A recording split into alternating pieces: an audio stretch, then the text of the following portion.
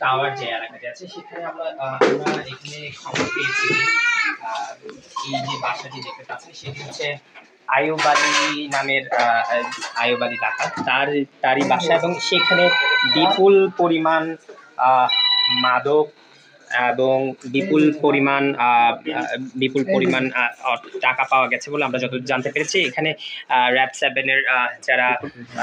যারা কর্মকর্তারা আছেন তারা কিন্তু এই কিছুক্ষণ আগে এখানে অভিযানটি পরিচালনা করছেন, এবং অভিযান পরিচালনার সময় তারা পুরো বাসাটি আসলে তল্লাশি করেছেন, এবং তল্লাশির মাধ্যমে আমরা আপনাদেরকে দেখাতে চাই এখানে বিপুল পরিমাণ যে ইয়াবা ট্যাবলেট,